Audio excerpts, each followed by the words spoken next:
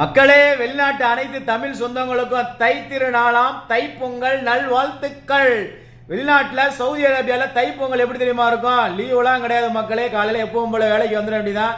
சில பேர் குளிச்சும் குளிக்காம இருப்பீங்க. ஊரில் நல்லா புத்தாடை உளுத்தி நல்லா கோயில்களுக்கெல்லாம் போய் நல்லா சந்தோஷமா இருப்பீங்க. வெளிநாட்டில் அதெல்லாம் பண்ண முடியாது.